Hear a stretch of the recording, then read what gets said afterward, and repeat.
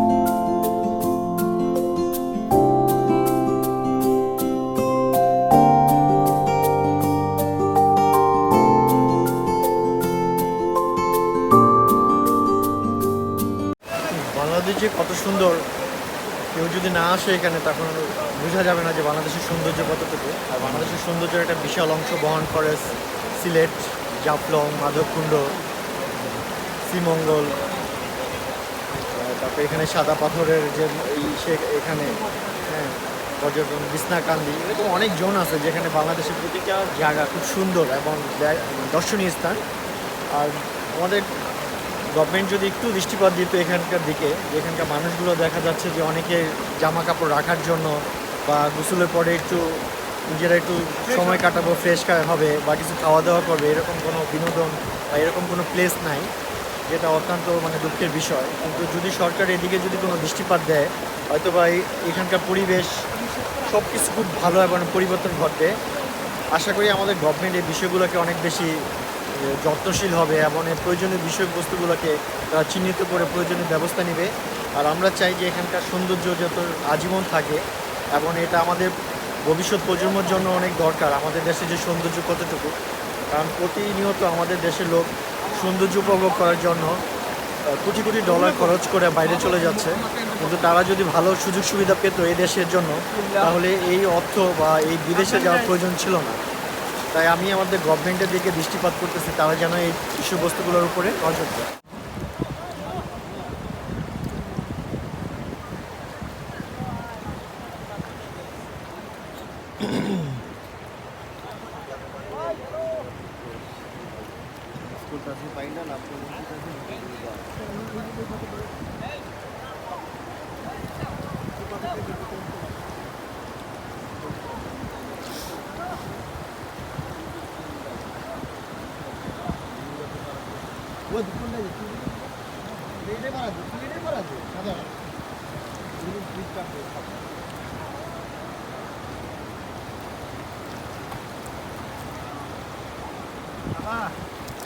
দাদা রে, পায়ের তলে মাটি নেই দাদা। হ্যাঁ দাদা, পায়ের তলে মাটি নাই, পাথর আছে, পাথর, খালি পাথর। বুঝতে হ্যাঁ।